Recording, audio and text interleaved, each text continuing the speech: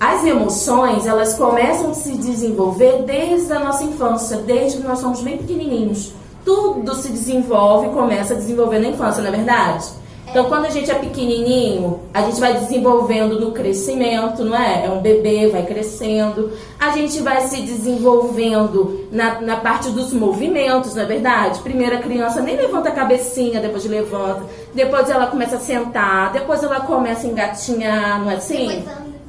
Depois anda. Na parte da linguagem também tem desenvolvimento, não tem? A criança primeiro não fala nada, só chora, faz uns barulhinhos, né? Depois ela começa a falar mamãe, papá.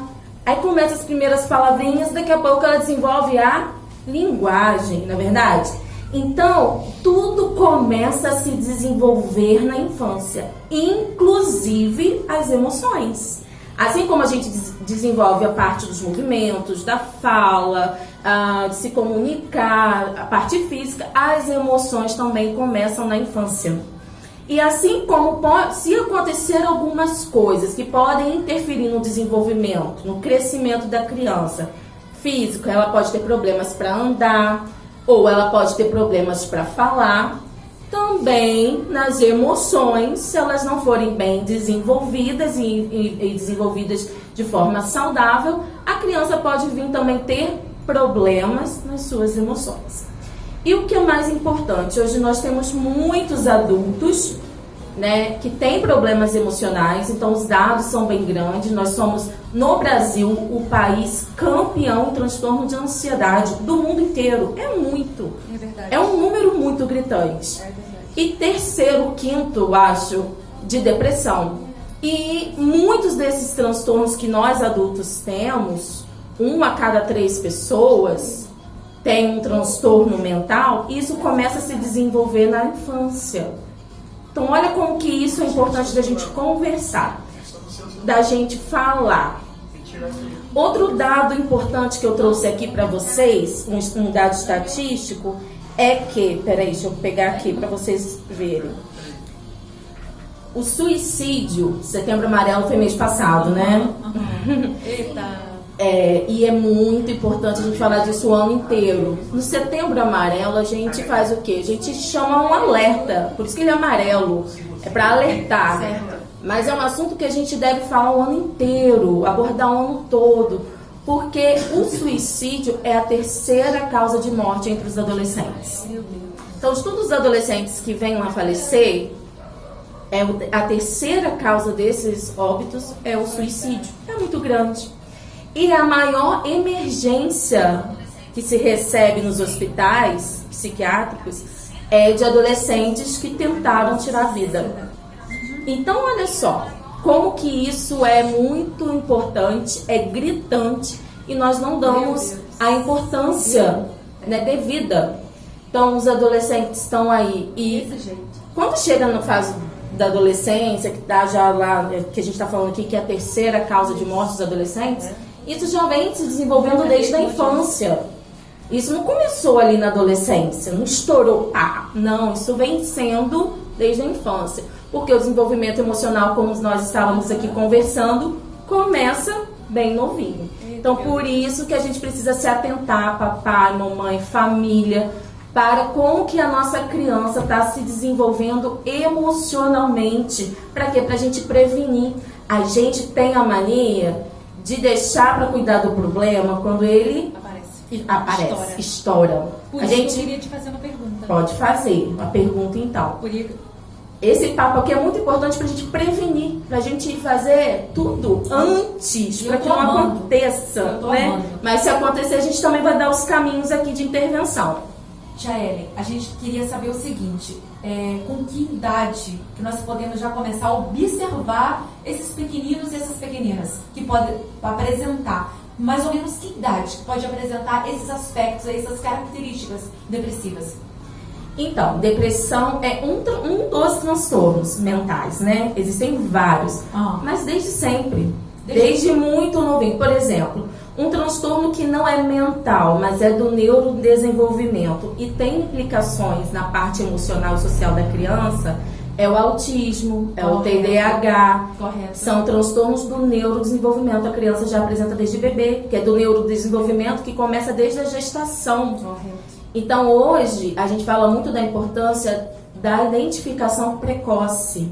Porque quanto antes a gente descobre certas condições, né, como essas que já nascem, que são mais, né, da parte genética, como autismo, TDAH, quanto antes a gente intervir, mais a gente tem chances de impedir as consequências dessa condição. É verdade. Antes Mas- do mal estourar. Isso. Então, o que acontece? Quando a criança nasce, aí a gente está falando, então, quando isso começa desde muito cedo, quando o bebezinho nasce, ele ainda não tem a distinção das emoções. Ele não sabe que ele tá triste, que ele tá... Igual a Larissa soube falar aqui, ó, eu fico bravo, eu fico com raiva. Mas o bebê, ele não sabe. Ele só sabe que existem situações que para ele são agradáveis e outras são desagradáveis. E como que ele comunica isso, o bebezinho? Chorando. Aí as mães ficam tendo que interpretar o choro, né? Será que é de fome? Será que tá com calor? Será que é porque tá sozinho? A criança, o bebezinho tem uma necessidade de estar do vínculo afetivo muito grande. E ao contrário do que se pensa, por exemplo, a confiança, a segurança, que são importantes no nosso desenvolvimento emocional, eles são desenvolvidos desde essa fase do bebezinho no relacionamento com os seus pais. Então é no vínculo com o pai, com a mãe, né, com os cuidadores fixos, que o bebê vai desenvolver a segurança, a confiança. E às vezes a gente vê falar por aí que para que o nosso filho seja autônomo, porque a gente também deseja que ele tenha uma certa autonomia em algum momento da vida, a gente precisa desde bebezinho não mal acostumar a criança. Não, vou mal acostumar não, porque eu quero que ela seja independente. Só que ao contrário, quando a gente fala de desenvolvimento emocional, a gente primeiro precisa deixar a criança segura para que depois ela tenha a capacidade de se desapegar. Então a gente faz, hoje a nossa geração, a nossa cultura faz muito o contrário. A gente, desde bebezinho, desde criança, a gente está deixando as crianças de forma muito precoce assumir coisas que elas não têm maturidade emocional para lidar. E aí, com isso, essas crianças não desenvolvem a segurança e a confiança necessária para que mais tarde elas possam ser adultos autônomos.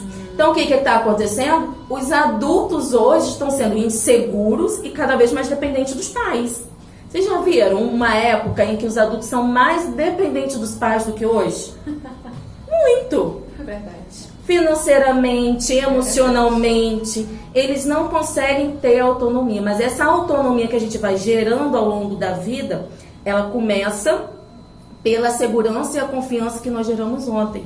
Você não consegue ter autoconfiança se você não está seguro de si.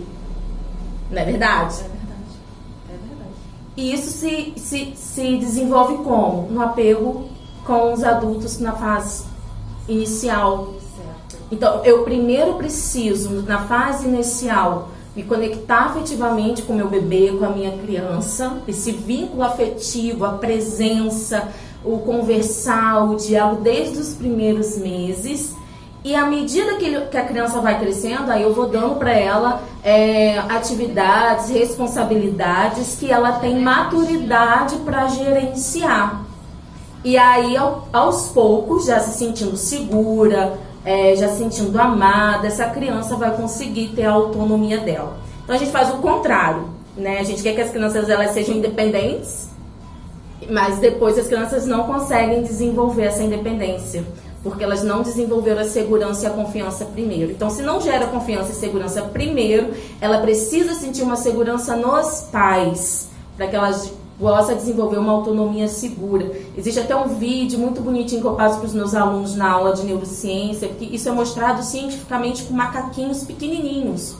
Os macaquinhos bem pequenininhos, eles mostram lá num experimento a independência que eles conseguem desenvolver a partir da segurança que eles têm no vínculo afetivo com os pais, né? Então isso é muito importante, porque as emoções, elas são neurobiológicas. é um outro estigma que tem na nossa sociedade. Quando a gente fala que é uma criança, está passando por um problema emocional, a gente tende a menosprezar. Então, se a gente falar assim, meu filho está com febre, aí fica todo mundo preocupado, tá com febre, vamos ver se é garganta, se é infecção, hoje em dia tem negócio de Covid, aí o médico vai, avalia, não tem nada, e aí fala assim, não, isso não é nada não, isso é emocional. Se falar essa palavrinha, isso é emocional, o que a pessoa tende a fazer? É emocional, então não tem tanto problema. Só que as emoções, elas também são fisiológicas. A gente acha que emoção é algo que não é fisiológico.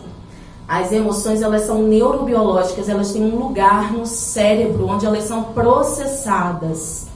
Então, quando eu sinto, existem áreas no meu cérebro onde aquilo está sendo processado e o meu cérebro vai dar respostas frente a isso que eu estou sentindo. Então, isso é todo um funcionamento de vida, o desenvolvimento emocional. E aí, os cientistas descobriram que existem 6 emoções básicas. Essas 6 emoções que a gente está falando aqui, que são neurobiológicas, que estão ali no nosso cérebro. Uma delas a Larissa já citou aqui. Qual foi a primeira que você falou aqui? Raiva, muito bem. Você consegue identificar mais alguma, Larissa? Outra emoção que você sente assim? Tristeza é outra emoção básica. Então eu falei que são 6, né? Larissa já falou aqui 2. Então, raiva, tristeza. Mas o que a gente tem? Que vocês aí estão em casa, vocês que estão aqui conseguem identificar? Alegria. Quem assistiu, vou dar uma dica, hein? Quem assistiu aquele filme Divertidamente vai saber. Nojinha, ela assistiu. Tem uma personagem no filme que chama Nojinho. Eu não assisti, mas eu sei os personagens. Então, aqueles personagens do filme Divertidamente, eles são as nossas emoções básicas. Esse filme é legal, ele foi até um cientista dessa área que ajudou os roteiristas na criação do filme. Ele tem cunho científico, aquele filme. Então, as 6 emoções básicas são alegria, tristeza, raiva, nojo, surpresa e faltou falar um que é um dos mais comuns, que é o prazer. Medo. Muito bem. Olhando para essas emoções, vocês acham, responde aí em casa, respondam aqui, que existem dentro dessas emoções algumas que são positivas e algumas que são negativas? O que vocês acham? Eu acho que sim. Sim. O que você acha, Larissa? Você acha que tem alguma dessas emoções que são positivas e outras que são negativas? Sim. Qual que é negativa pra você? Fala no microfone, Larissa. Pra mim é o medo. O medo. O medo é negativo. Negativa, né? E aí, eu vou falar pra vocês uma coisa que talvez vai chocar alguns. Dentro da perspectiva da função delas, nenhuma dessas emoções são negativas. Sabia? Porque Deus é perfeito, Deus não cria nada que é imperfeito, né? Então, se a gente for olhar para as funções dessas emoções, todas são positivas, porque elas têm funções muito importantes. Por exemplo, o medo. Qual é a função do medo? O que vocês imaginam? Alguém tem algum Defesa. Palpite? Tia Kelly falou que tem defesa. Proteção, né? Isso! O medo tem a função de proteção. Porque se a gente não sente medo de nada, a gente vai se expor a todo e qualquer tipo de perigo. Então, o medo é uma emoção que faz o nosso cérebro, que lembra que eu falei que é neurobiológico, o nosso cérebro tem uma área que processa essa emoção e dá um comando, que é para você se proteger. Mecanismo de defesa, é isso aí. Então, a tristeza, ela é desagradável de sentir? Quando eu falo aqui que nenhuma é negativa, eu não estou falando que todas são agradáveis de sentir, não. Então, o medo é desagradável, a tristeza é desagradável, mas elas são importantes. A tristeza, ela nos ajuda a ficar mais introspectivos para que a gente possa elaborar uma perda. Então, se a gente não fica triste, a gente tem mais dificuldade de elaborar uma perda. E o que acontece hoje? Ninguém quer que ninguém fique triste, né? Se a Larissa começar a chorar, a professora da escola, alguém fala assim, chora não, mas aconteceu alguma coisa que ela tá triste. E aí? Deixa chorar. Então, a gente precisa compreender que as crianças assim como nós adultos, sentem tristeza, sentem raiva. E eu vou perguntar pro papai e mamãe, quando vocês têm raiva, vocês têm vontade às vezes de dar um soco na cara de alguém? Tem ou não tem? Tem. Todos nós temos. Eu já tive horas. Só que eu fiz isso? Não, eu não fiz. Alguns fazem, né? Alguns não controlam, não. Mas a criança, ela sente a mesma coisa que a gente, só que ela não tem o cérebro maduro que eu e você temos, que eu que sou adulto, papai, a mamãe que é adulta tem. Então o que a criança com raiva faz? Muitas vezes ela morde, muitas vezes ela bate, muitas vezes ela soca, ela vai fazer alguma coisa por causa da raiva. Porque qual é a função da raiva? Não estamos falando das funções? A raiva... Choro também. Hã? Choro de raiva, exatamente. A raiva, ela tem a função de você atacar quando você se sente ameaçado. Então, quando você se sente ameaçado, você sente uma raiva e essa raiva faz com que o cérebro traga vários comandos para você atacar. Isso é uma questão de sobrevivência. Isso é uma questão da inteligência e criatividade de Deus, que é sublime. Então a gente precisa entender a função de cada coisa para a gente poder ajudar a nossa criança nesse desenvolvimento emocional. Ela não tem problema ela sentir raiva. Às vezes a gente não quer que a criança sinta algo que o cérebro dela, né, que é inato, que é do neurobiológico, é preparado para fazer. Então, se a gente acha que criança é um ser de outro mundo. Eu fico com raiva, mas minha criança não pode ficar. Eu fico triste, mas minha criança não pode ficar. Eles ficam, só que eles têm um cérebro... Lembra que eu falei que eles estão em desenvolvimento? O cérebro da criança não está pronto. Aliás, a gente nasce, os bebezinhos nascem com mais neurônios, com mais conexões do que uma criança maior. Porque o que acontece ao longo da nossa vida? Os neurônios, as conexões, elas vão sendo podadas. Existe um termo na neurociência que chama poda neuronal. Que são, lembra o que a gente faz com as árvores? A gente não poda. Para quê? Para elas ficarem mais fortes, crescerem melhor. No cérebro existe esse funcionamento. Existem as podas para que as conexões que são fortalecidas, que são usadas, possam ser fortalecidas. Então, o que a gente precisa fazer? Ensinar a criança. A Bíblia, quando fala, ensina a criança, porque a criança é um ser que está em desenvolvimento, está em aprendizagem. Então, ela sentiu raiva. Como que o papai e a mamãe então podem ajudar no desenvolvimento emocional? Vamos falar sobre isso, então? Que às vezes essa é a dúvida dos pais. Como que a gente pode ajudar? Primeiro, ajuda a criança a reconhecer as emoções, a nomear. Lembra que eu falei? Quando a criança é um bebezinho, ela não sabe se ela está triste, ela só sabe o que é desagradável e o que é agradável. Conforme a criança vai crescendo, isso vai se aprimorando no cérebro dela, porque lembra, o cérebro está desenvolvendo. Então ela vai começando a sentir e processar as emoções, mas ela ainda não sabe. Então falar para a criança, olha, quando a criança está chorando porque perdeu o brinquedo, olha, isso que você está sentindo é tristeza. A gente sente, a gente fica triste quando a gente perde uma coisa que a gente gosta, que a gente ama. Não tem problema você chorar por causa disso. Não tem problema você ficar triste. A gente às vezes acha que tristeza de criança é bobeira. Se a criança chorar porque perdeu o brinquedo, fala, que bobeira, para de chorar logo. Aí eu te pergunto, se você perdeu alguma coisa que é valioso pra você na sua vida, você vai chorar? Não? Você vai ficar triste? Não? Claro que sim. Só que dentro da maturidade da criança, o brinquedo que ela perdeu é como uma coisa pra você, na sua vida adulta, valiosa, que você perdeu. Então a gente ajuda a criança. Então a gente faz o quê? Lembra que eu falei que as emoções têm funções importantes? O que a gente faz? A gente ensina a criança a não sentir, ou não querer sentir, ou se sentir errada por sentir. Só que o sentir é importante. E muitas vezes nós adultos fazemos isso. Quando a gente sente alguma tristeza, a gente quer logo fazer coisas para não sentir aquilo. Eu não quero sentir tristeza, vou fugir da tristeza. Quando sentir a tristeza, chorar, elaborar a perda, é o ponto importante para eu conseguir superar aquilo. Às vezes a gente não supera certas situações porque a gente não parou para sofrer a dor daquilo. A gente não quer sofrer. E o sofrer, a dor é importante, inclusive para a criança. Aí vem um outro lado também, a superproteção, que também é super danosa.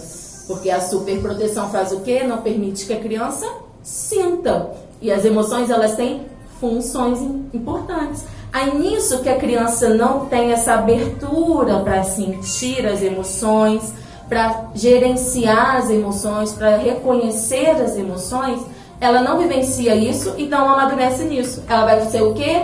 Imatura emocionalmente por muito tempo. Então nós temos hoje jovens, pessoas adultas que emocionalmente são completamente imaturas. Não amadureceram nas suas emoções. Então, assim, é muito importante que os pais, que os adultos ajudem as crianças a reconhecer, valide o sofrimento ou a emoção da criança, porque a gente não valida. Quando é criança, quando é adolescente, a gente acha que é bobeira. Então, validar a emoção das crianças, dos adolescentes, é importante, e ajudá-las a gerenciar essas emoções. O que acontece? Quando as emoções elas não funcionam dentro da função delas, igual eu falei aqui, o medo é para proteger, a tristeza para ajudar a gente a elaborar e tal. Quando não funciona assim, o que acontece? Um funcionamento das emoções fora da função delas. Ou seja, eu começo a ter as emoções de forma disfuncional. Certo. Aí vem os transtornos, vem a depressão, vem a ansiedade, certo. Vem os problemas em função das emoções não estarem sendo vivenciadas dentro da função delas. Porque dentro da função delas, elas não são um problema. Vamos lá, então. Já que tem perguntas, vou deixar em vocês. Tia Ellen, tem uma mãe que está aqui nos comentários dizendo bem assim: a minha filha, quando fica ansiosa, começa a comer doces. O que nós podemos entender disso? Então, beijo pra Aninha. Gente, olha só, você acredita que eu tava falando sobre isso nos stories do meu Instagram com o pessoal, sobre transtorno alimentar, de ontem para hoje. Correto. E alguém fez essa pergunta, se comer por ansiedade é transtorno alimentar. E assim, o que eu posso responder aqui para essa pessoa que fez essa pergunta, é que eu falei lá, é que o comer de forma inadequada pode ser um sintoma de várias condições clínicas. Então, a depressão ela pode trazer alteração no apetite, a ansiedade pode trazer alteração no apetite, vários quadros clínicos podem trazer alteração. Então, o comer descoordenado ou desordenado, ele pode ser tanto um sintoma de um quadro, como uma ansiedade, certo. Ou ele pode ser um transtorno em si. Por exemplo, a compulsão alimentar é um transtorno, onde a criança come, onde a criança, o adolescente, a pessoa come de forma descontrolada por um período de tempo.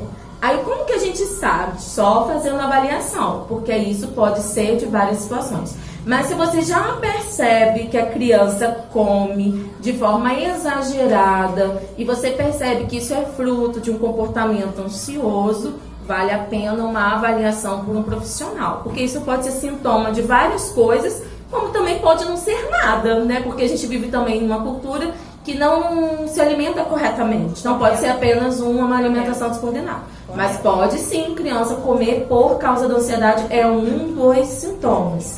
Hoje nós não daremos nem alôs para os nossos ouvintes que estão aqui ligados, porque nós estamos realmente deixando esse tempo especial para Ellen. Uma pergunta agora. Para Ellen. Como identificar as emoções em crianças autistas? Como identificar as emoções em crianças autistas? Boa pergunta. As crianças autistas, elas têm dificuldade de reconhecer as emoções. Olha que coisa importante, né? Muitas vezes as pessoas acham que os autistas, eles nem sentem emoções, acham que eles são insensíveis. Eles não são insensíveis, eles sentem, mas a alteração que existe na parte cerebral deles faz com que eles tenham dificuldade de reconhecer as emoções. Então, o que acontece? Quando você fala bravo com o autista, né, com uma criança, quando você fala bravo com a criança percebe que você está brava. Sim. E para. O autista ele tem dificuldade porque ele não consegue perceber em você que você está com raiva. Ele não reconhece. Então, o trabalho com a criança autista é de ensinar, é de trabalhar o reconhecimento das emoções. Não sei se vocês já viram trabalhos com autistas que fazem as carinhas de tristeza, de alegria, de raiva, e aquilo ali.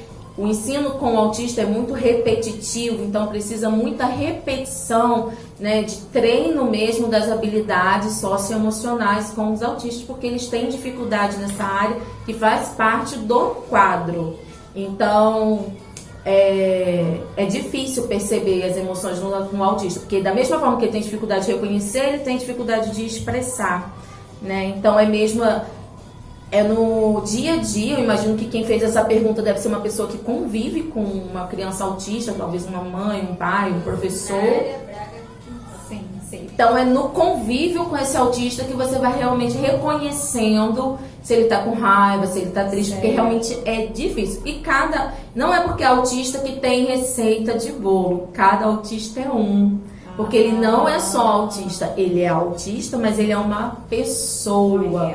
E a gente tem esse problema em relação às crianças que têm algum tipo de transtorno, ou de deficiência, ou de condição, de ver só o transtorno dela. Então ela também tem a singularidade dela, né? É verdade, isso é verdade. Então nem tudo se manifesta da mesma forma em todo mundo. Por isso que quando você percebe que existe alguma coisa que pode ser, não sei, mas será que é? Na dúvida, leva para um profissional avaliar, porque mal não vai fazer. Então é melhor a gente prevenir. Prevenir, tá certo, tia Ellen. Temos uma pergunta aqui, tia Ellen. A pergunta diz assim: depressão, de onde vem? Qual seria a origem da depressão? Olha, muito bom. Quando se fala de transtornos mentais, psicológicos, a gente nunca tem uma causa definida. A gente fala que é multifatorial. Correto. Tem vários fatores que podem interferir. Então, nós temos desde fatores genéticos, hereditários. Então, por isso que a gente sempre pergunta na primeira consulta se na família existem casos, porque se existe, não quer dizer que a criança vai ter, mas existe uma probabilidade maior. Então, por isso, cuidar é mais importante ainda, para que ela não venha desenvolver. Então, existe a questão hereditária e existem as situações que ela vai viver durante a vida dela. Então, traumas, decepções, como ela aprendeu, como ela teve esse desenvolvimento emocional que a gente está conversando aqui ao longo da vida dela. Então, são muitos fatores que podem interferir, né, na questão da depressão. Existem questões químicas, por isso que é um quadro que a gente trata com o médico também, porque existem neurotransmissores que são alterados, então uma questão química no cérebro, por isso que precisa do auxílio muitas vezes de medicação. Então existem vários fatores. Então o mais importante na depressão não é a gente descobrir a causa, é a gente tratar. A gente sabe como tratar. Muitas vezes a gente não vai saber por que aquilo aconteceu, mas a gente vai saber como tratar, e isso que é o mais importante. Muito legal. Se os pais assim que estão ouvindo querem assim saber, mas como que eu preciso saber se minha criança tem alguma coisa, não tem, estou em dúvida. Então assim, preste atenção em mudanças de comportamento. Então você conhece a sua criança, seu adolescente. Então, teve uma mudança de comportamento, você fica atento. Isolamento social, só quer ficar trancado no quarto, não quer conversar com ninguém, né? Se teve alterações no sono, ou para mais ou para menos. A gente fala de alteração de sono, as pessoas acham que é só insônia, não dormir. O dormir demais também é uma alteração importante. As notas escolares, né, Shelley? Desempenho, se tem prejuízos. Então, se a criança está tendo prejuízos, ou o adolescente em alguma área da vida dela, né, na área acadêmica, né, ou se é um adolescente que já trabalha, um aprendiz e está tendo prejuízos. Então, ter os prejuízos também em alguma área é importante, alteração de apetite, ou para mais ou para menos. Então, tudo isso são sinais. Hoje é muito comum, eu tenho recebido muito adolescente com essa situação, automutilação.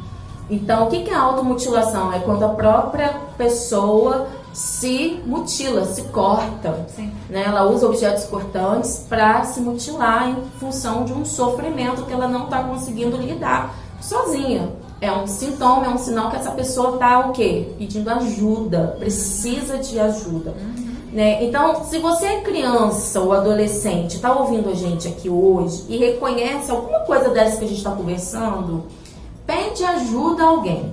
Sim. Pede ajuda a mamãe ou papai, ou a tia da escola, ou a tia da igreja, a alguém que você tenha confiança. Se você falar assim, mas eu já pedi ajuda ao meu pai, minha mãe, eles falaram que é bobeira. Encontre outra pessoa que você sabe que vai te ouvir para pedir ajuda. Que é algo que a gente falou na campanha do Setembro Amarelo, é que a campanha incentiva muito os adolescentes, as pessoas, falarem do seu sofrimento. Mas é importante falar para quem vai saber ouvir. Quantas vezes a gente fala para alguém que não vai dar importância? Não é verdade? Então, assim, o como você, pai e mãe, vai receber uma manifestação emocional dos filhos é muito importante para que ele tenha em você confiança, abertura e veja em você uma pessoa com quem ele pode contar. Senão ele vai se fechar, porque os pais estão perdendo os filhos emocionalmente falando. Os filhos não estão ficando mais conectados emocionalmente com seus pais, com sua família, porque não percebe neles esse lugar de segurança, de confiança, de alguém que vai validar o que eles estão, né, sentindo. E uma coisa que eu acho que ainda tem tempo para destacar, porque, como eu falei, é muita coisa, gente, dá pra gente explorar, tem 1000 assuntos que a gente pode falar. Vamos trazer você aqui de novo, numa outra ocasião. Pode trazer. Fico à disposição. Algo que hoje interfere bastante, né, e tem muito a ver com o que a gente está falando, são as telas, tá bom? Então, cuidado com o uso de telas. Se a gente for olhar, telas é celular, tablet, televisão, computador, tudo isso são telas. Nós aqui nascemos numa época que isso não existia, isso começou a existir depois. Mas as nossas crianças estão nascendo numa era que elas já nascem com a tela. É verdade. Né? Meu Deus. E aí, assim, o que a Associação da Pediatria diz pra gente? Que de 0 a 2 anos, 0 tela. De 0 a 2 anos, as crianças não devem ser expostas a nenhum tipo de tela. Nem celular, nem tablet, nem televisão. Muito bom. Então, gente, só por aí a gente vê que a gente está no caminho errado com as nossas crianças. Tá. De 3 a 5 anos, as crianças podem ser expostas a telas durante 1 hora por dia, com supervisão dos pais. Eita. Isso acontece? Na maioria das vezes não. Tia Ellen, eu tô vendo crianças dentro da igreja, às vezes em restaurantes, que os pais estão almoçando e o telefone está ligadinho para poder a criança ficar quietinha, Sim. olhando os vídeos. Sim. Criança de colo. Sim. Isso, lembra que eu falei, o cérebro da criança está em desenvolvimento. Ele é plástico. Não sei se vocês já ouviram essa palavra, plasticidade cerebral. O cérebro da criança, por que plasticidade cerebral? É como se ele fosse plástico, ou seja, ele é moldável. E o da criança, ele é mais plástico do que o nosso adulto. O nosso adulto é mais rígido. Essa plasticidade cerebral ela acontece durante toda a nossa vida. Por isso que sempre a gente pode aprender. Eu estou idosa e o meu cérebro ainda é capaz de aprender coisas novas por causa da plasticidade. Só que um cérebro maduro, ele é menos plástico que o de uma criança. Então, você imagina se numa época que o cérebro recebe podas neuronais, como a gente falou no primeiro momento, em que ele é totalmente plástico, ele recebe muitos estímulos de telas, o impacto que isso não vai ter. Né? Então, estimular a criança no seu desenvolvimento é bom? É bom. Sim, mas no seu tempo, excesso de estímulo é bom? Não. Qualquer natureza de estímulo é bom? Não. Então, eu estava falando para além de 5, né? De 6 a 10 anos, apenas 3 horas por dia, com supervisão dos pais. E a partir dos 11 até os 18, também 3. Gente, é muito pouco tempo em relação ao que as crianças e os adolescentes ficam. Tá tudo errado. Então, a gente vê que a gente está errando. Então, como que os pais podem ajudar as crianças? Às vezes, eu vou falar uma coisa aqui que talvez pode ser que alguém... Mas eu entendo que eu preciso despertar os pais para isso. Porque quando é criança e adolescente, a gente coloca muito que eles são o problema. Então, muitos, talvez, pais, familiares estão ouvindo aqui para ver como que vai ajudar o problema da sua criança. Mas veja, a criança, como eu falei, ela é um ser em desenvolvimento. E quem é responsável por contribuir nesse desenvolvimento dessa criança? Nós, adultos. A criança, ela vai aprender com a gente. Certo. A criança, na maioria das vezes, ela é um reflexo daquilo que acontece na casa. Então, a criança, ela não pega o celular sozinha. Alguém deu o celular para ela. E aí eu pergunto, você daria um carro para o seu filho de 10 anos dirigir?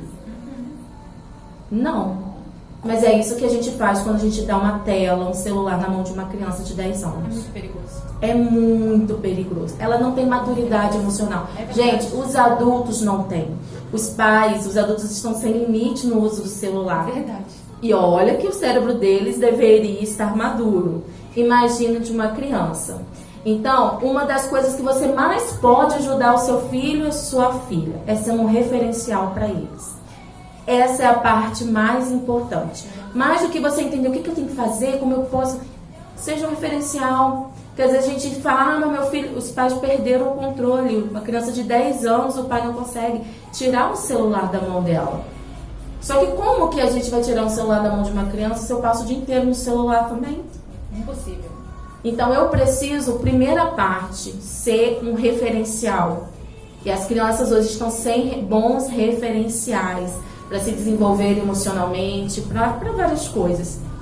Outra parte importante, pai, que você pode fazer para o seu filho, se cuidar. Pais, o autocuidado de vocês é muito importante para o desenvolvimento emocional da sua criança. Então, não pense que o desenvolvimento emocional é só no que você vai fazer ou deixar de fazer com a criança. Mas é principalmente no que você vai fazer e deixar de fazer com você. Porque pais disfuncionais vão gerar filhos disfuncionais. Então, se cuidem, busquem ajuda. Né? Isso é muito, muito importante. É verdade. Não sei se tem muita coisa aqui para falar que eu não vou entrar, porque se eu entrar eu não vou conseguir terminar, né? Por causa do tempo. Mas algo que eu quero encerrar falando, né? Mas aí se tiver mais alguma pergunta eu respondo. Sim. Tem um versículo na Bíblia que fala, né? Aquele que se fizer como uma criança herdará o reino de Deus, não é isso? Sim. O reino dos céus. Sim. E às vezes a gente olha para esse versículo e pensa o quê? Ser como uma criança para herdar o reino dos céus, a gente pensa só no sentido da pureza, né? De ser com inocência. A gente pensa isso só. Só que pensa, quando Jesus fala que aquele que for como criança herdará o reino dos céus, ele não está falando só de inocência e pureza. Ele está falando de um ser, que é a criança, que é totalmente o quê? Dependente. É verdade. Então, quem vai herdar o reino dos céus? Aquele que é totalmente dependente do Pai. Ai, Aquele que lindo. deposita a sua segurança, Que lindo. a sua Deus. confiança no Pai. Então, isso significa, pai e mãe, preste atenção que isso é muito sério. Que as nossas crianças precisam encontrar em nós pais um lugar de segurança, um lugar de confiança, para que ela possa se desenvolver saudavelmente nas suas emoções e em tudo, né? Na sua vida física, na sua vida espiritual, na sua vida emocional também. Então, o maior cuidado que os pais podem ter com as crianças é sendo referência e se cuidando. Essa é a parte principal. No resto, busque ajuda. Amém. Se você tem dúvida, busque ajuda. Não tá dando conta, busca ajuda. Exatamente. Não é?